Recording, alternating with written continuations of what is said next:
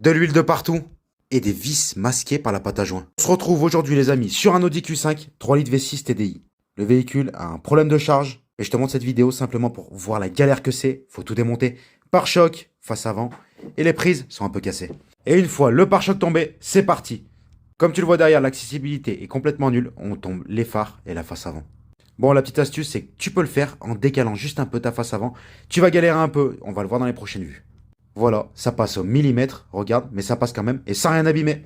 Mais attends la fin de la vidéo, on va te dire ce qu'il faut faire pour le remonter le neuf, parce que sinon, ça va pas marcher. Tu contrôles toutes tes prises et tu remontes le bébé.